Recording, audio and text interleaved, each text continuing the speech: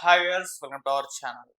ధర్మస్థల గత కొన్ని రోజుల నుంచి కూడా దేశవ్యాప్తంగా కూడా ఈ ఇష్యూ ఏదైతే ఉందో అది ట్రెండింగ్ లో ఉండడం, హాట్ టాపిక్ గా మారిపోవడం, దీనిపైన విస్తృత స్థాయిలో చర్చ జరగడం చూస్తున్నాం. అంటే ఒక పారిశుద్ధ కార్మికుడు ఒక కొన్ని అలిగేషన్స్ చేయడం, వందలాది మంది అమ్మాయిల మృతదేహాల్ని ఖననం చేశాం ఆ ప్రదేశంలో అని చెప్పేసి చెప్పడం ఒక్కసారిగా సెన్సేషన్ క్రియేట్ చేసింది.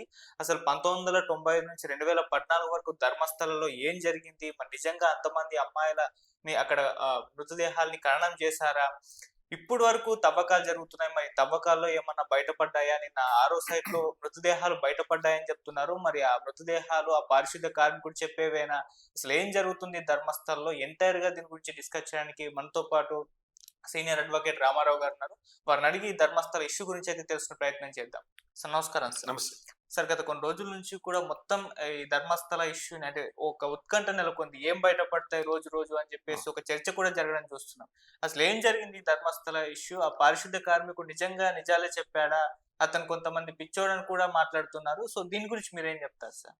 అయితే పారిశుద్ధ్య కార్మికుడు నేను ఎన్నో జాగాలలో నేను పొందబెట్టిన మొత్తం హ్మ్. అవశేషాలనేటివి ఈడ దొరుకుతాయి. అప్పట్లో 95 నుండి 2014 వరకు మొత్తం నేను ఆడనే అయితే అతనితోని ఎవరైనా చేపిస్తుండ్రా? లేకుంటే అది నిజమేనా అనే విషయాన్ని మనము ఒకసారి విశ్లేషణ చేయాలి. హ్మ్. ఎందుకంటే ఎక్కువ శాతం ఆయన చూపెట్టిన జాగాలల్లా దొరకలేదు. హ్మ్. అవశేషాలనేటివి దొరకలేదు. కొన్ని కొన్ని అవశేషాలు ఒక కాడ దొరికినాయి. అవి ఫోరెన్సిక్ ఎగ్జామినేషన్‌కి పంపించిండ్రు. హ్మ్. పంపిస్తే అది మానవ అవశేషాలా? లేకుంటే మానవ అవశేషాలు కాదా అని తెలవాలి. హ్మ్. ఇప్పుడు మా దాంట్లో ఫోరెన్సిక్ ఎగ్జామినేషన్‌లో తెలుస్తది. ఓకే. అయితే పారిశుద్ధ్య కార్మికుడు చేసిన కంప్లెయింట్ చేసినంక హ్మ్. మళ్ళా ఇంకొక ఆహ్, ఆమె సునీతనా ఎవలో హ్మ్. సిబిఐలో టైపిస్ట్‌గా పనిచేసేది. మా బిడ్డ గూడా కనిపియకుండా పోయింది అప్పట్లో. ఆమెను గూడా ఇట్లా జరిగి ఉండవచ్చు హ్మ్. అనే విషయాన్ని ఆమె గూడా కంప్లెయింట్ చేసారు. పోలీస్ వాళ్ళు మొత్తం పూర్తి స్థాయిలో దాన్ని దర్యాప్తు చేస్తుర్రు. ఓకే. దాంట్ల అయితే దీంట్ల ఇంతకుముందు మొన్న హ్మ్. డిస్ట్రిక్ట్ కోర్ట్ ఒకటి కర్ణాటకలో వాళ్ళేం చేశారంటే ఈ ధర్మస్థలకు సంబంధించిన కొంతమంది వాళ్ళేం చేశారంటే డిస్ట్రిక్ట్ కోర్ట్‌లో ఒక కేస్ దాఖలు చేసింది. ఓకే. ఒక 338 డిజిటల్ ఛానెల్స్ పైన హ్మ్.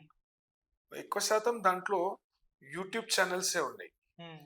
అయితే ఆ యూట్యూబ్ ఛానెల్స్‌లో ఒక 4000 చిల్లర యూఆర్ఎల్స్‌ను నియంత్రించాలి. పబ్లిక్ వ్యూ నుండి నియంత్రించాలి అనే విషయాన్ని వాళ్ళు కోర్టుకు చెప్తూ అయితే కోర్టు గూడా ఆహ్, ఎమర్జెన్సీగా మొత్తం ఎవరిని వినకుండా ఎక్స్ పార్టీ ఇంజంక్షన్ అనేది ఇవ్వడం జరిగింది.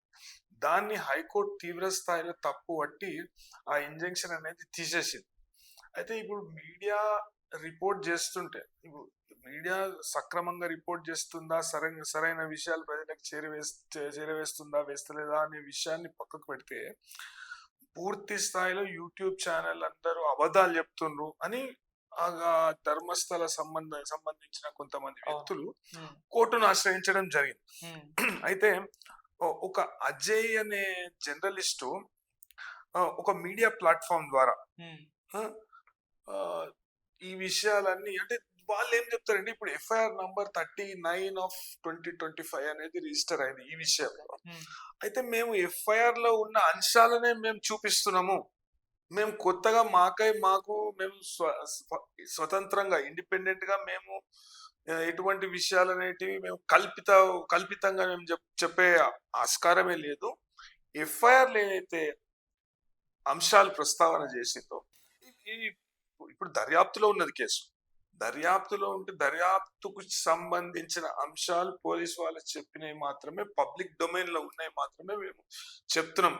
కాకుంటే వీళ్ళు ఇంత ఇంత అత్యవసరంగా కోర్టుకు పోయి ఆ! ఈ 338 డిజిటల్ ప్లాట్‌ఫార్మ్స్ లేకుంటే ఛానెల్స్ పైన ఏసే అవసరం లేదు. నార్మల్‌గానే రిపోర్టింగ్ చేస్తున్నాం అనే విషయాన్ని చెప్పింది. ఓకే. అయితే దానిలో అజయ్ అనే ఒక యూట్యూబ్ ఛానల్ అధినేత లేకుంటే కరెస్పాండెంట్ మళ్ళా యూట్యూబ్ ఛానల్ హ్మ్. ఓనర్ హ్మ్. అనుకోవచ్చు మనం. ఆయన హైకోర్టును మూవ్ చేయడం జరిగింది. హైకోర్టును మూవ్ చేస్తే హైకోర్టు కింది కోర్టు తీరును తప్పు పట్టింది. ఇట్లా మీరు ఏకపక్షంగా ఎవరిని ఎవరిని అవకాశం ఇవ్వకుండా మీరు ఎట్లా పడితే అట్లా మ్యాండేటరీ ఇంజెక్షన్ ఇచ్చినట్టు అవుతుంది. పూర్తి స్థాయిలో వాళ్ళ స్వేచ్ఛకు, పత్రికా స్వేచ్ఛకు అనే దానికి భంగం కలిగించే విధంగా ఉన్నాయి కాబట్టి మీ ఆర్డర్స్ మేము ఎత్తేస్తున్నాం. మీరు మళ్ళీ ఒకసారి దీని మీద విచారణ జరపండి. ఈ అంశాలన్నీ ప్రస్తావనను తీసుకొని వాళ్ళని కూడా ఇని అప్పుడేమైనా ఆర్డర్ ఇస్తే ఇవ్వచ్చు, కానీ ఇట్లా ఏకపక్షంగా మీరు ఆర్డర్ ఇవ్వడానికి అంటే చట్టం కూడా మిమ్మల్ని అనుమతించదు. అదే విధంగా వాళ్ళ వ్యక్తిగత స్వేచ్ఛ, అదే విధంగా రాజ్యాంగబద్ధమైన హక్కులకు భంగం వాటిల్లే అవకాశం ఉంటది. దీన్ని ఎంత మాత్రం మేము సహించమనే విషయాన్ని చెప్పుకుంటూ ఆ ఇంజంక్షన్ ఆర్డర్ అనేది తీసేయడం జరిగింది. అయితే ఇప్పుడు మొత్తం ఫెయిర్ రిపోర్టింగ్ అన్ఫెయిర్ రిపోర్టింగ్ అనేది ప్రజలకు వెళ్ళినాక ఇప్పుడు పరిశోధన జరుగుతున్న లేకుంటే దర్యాప్తు జరుగుతున్న అంశాలనే మేము చూపిస్తున్నాం అనే విషయాన్ని మీడియా వాళ్ళు చెప్పడం జరిగింది. అదే విధంగా మీడియా ప్లాట్ఫామ్స్ లో సర్క్యులేట్ అయ్యేటివి ఎక్స్చేంజ్ ఆఫ్ ఇన్ఫర్మేషన్ మాత్రమే దానిలో చూపించడం జరిగింది.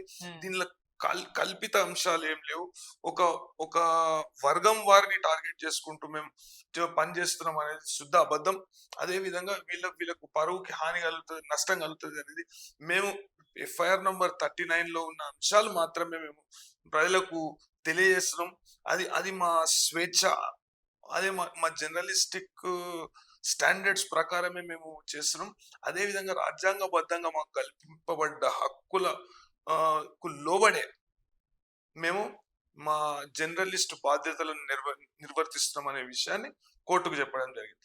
ఈ తీరుని అదే కింది కోర్టు ఏ విధంగానైతే ఎక్స్పర్ట్ ఇంజెక్షన్ ఎట్లయితే ఇచ్చిందో 338 డిజిటల్ ప్లాట్ఫామ్స్ లేకుంటే యూట్యూబ్ ఛానళ్ల పైన మీరు ఇవి ప్రసారం చేయొద్దు, అదే విధంగా ఇంతకు ముందు ప్రసార మాధ్యమాలలో ఉంచిన, సామాజిక మాధ్యమాలలో ఉంచిన ఇన్ఫర్మేషన్ మీరు డిలీట్ చేయాలి అనే విషయాన్ని, డిఎన్ఎక్స్ చేయాలి అనే విషయాన్ని చెప్పుకుంటూ ఇది నథింగ్ బట్ మ్యాండేటరీ ఇంజెక్షన్. మీరు వారి వాదనలు వినకుండా ఏకపక్షంగా ఇట్లా నిర్ణయం తీసుకోవడం అనేది తప్పు అనే విషయాన్ని హైకోర్టు చెప్పడం జరిగింది. అయితే హైకోర్టు చెప్పినాక అది కూడా తీసేసిండ్రు. ఇప్పుడు విచారణ జరుపుతుంది. వాస్తవానికి ఇంతకు ముందు ఒక పారిశుద్ధ కార్మికుడు ఎప్పుడో అంటే 94 అంటే దాదాపు ఒక 32 సంవత్సరాల క్రిందట జరిగిన ఘటన. అయితే 32 సంవత్సరాల క్రింద జరిగిన ఘటనను ఇప్పుడు ఆయన ఎందుకు తీసుకోండి? దీన్ని వెనుక ఏమైనా రాజకీయ కారణాలు ఉన్నాయా, లేకుంటే దీన్ని వెనుక ఎవరైనా ప్రోద్బలం ఉన్నదా అనే విషయాన్ని కూడా పోలీస్ వాళ్ళు దర్యాప్తు చేస్తున్నారని నేను అనుకుంటాను. అదే విధంగా పాపం ఒక ఆమె మా బిడ్డ ఇదే గుడి కాడ నుండే తప్పిపోయింది అప్పట్లో అనే విషయాన్ని కూడా ఆమె చెప్పడం జరిగింది. అన్నిటినీ దృష్టిలో పెట్టుకొని పరిగణలోకి తీసుకొని వాళ్ళు నేర పరిశోధన గాని దర్యాప్తు గాని చేస్తారు.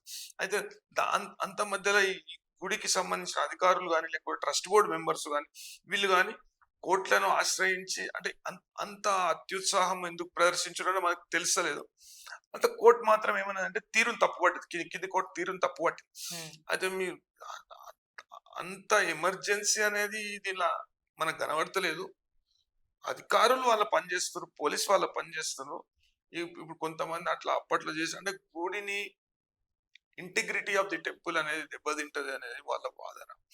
ఇంటిగ్రిటీ ఆఫ్ టెంపుల్ దెబ్బతింటది అంటే ఇప్పుడు ఎవరైనా ఇంటిగ్రిటీ ఆఫ్ టెంపుల్ ని దెబ్బతీసే విధంగా లేకుంటే అధికారులు లేకుంటే ట్రస్ట్ బోర్డు మెంబర్స్ పైన తప్పుడు వ్యాఖ్యలు చేయడం కానీ లేకుంటే తప్పుడు అలిగేషన్స్ చేయడం కానీ చేస్తే వాళ్లకు చట్టంలో హక్కులు కల్పింపబడి అట్లనే మీరు రిపోర్ట్ చేయొద్దు దీన్ని అంటే అది కరెక్ట్ కాదని నా అభిప్రాయం. Okay sir. సార్ ఇప్పుడు కొన్ని డౌట్స్ అయితే రావడం చూస్తున్నాం సార్. ఇప్పుడు 1995 నుంచి 2014 వరకు మిస్సింగ్ అయితే అప్పటి వరకు మిస్సింగ్ కేసులు రాలేదా? మరి అంతమంది మిస్ అయినప్పుడు పోలీసులు ఆ ధర్మస్థల చుట్టుపక్కల చాలా పోలీస్ స్టేషన్స్ ఉన్నాయి, అక్కడెక్కడ ఫిర్యాదు కాలేదా అని కొన్ని సందేహాలు వస్తున్నాయి సార్. మరి వీటికి క్వశ్చన్స్. ఇంతకు ముందు శ్రీలంకకు సంబంధించిన ఒక స్వామి విషయంలో తమిళనాడులో ఒక కేసు జరిగింది, ఇలాంటి కేసు జరిగినప్పుడు మానవ అవశేషాలు అన్ని బయటపడ్డాయి. దానికి సంబంధించిన ఆధారాలన్నీ పోలీస్ సేకరించింది, అతనికి కన్విక్షన్ కూడా పడ్డది.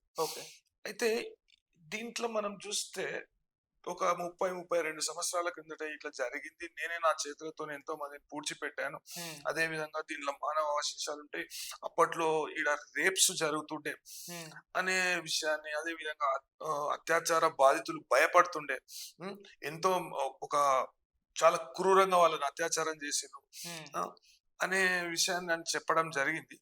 అయితే దీనిలో ఎంత మేరకు నిజం ఉన్నది అనేది పోలీసు వాళ్ళే నిగ్గు తేల్చాలి.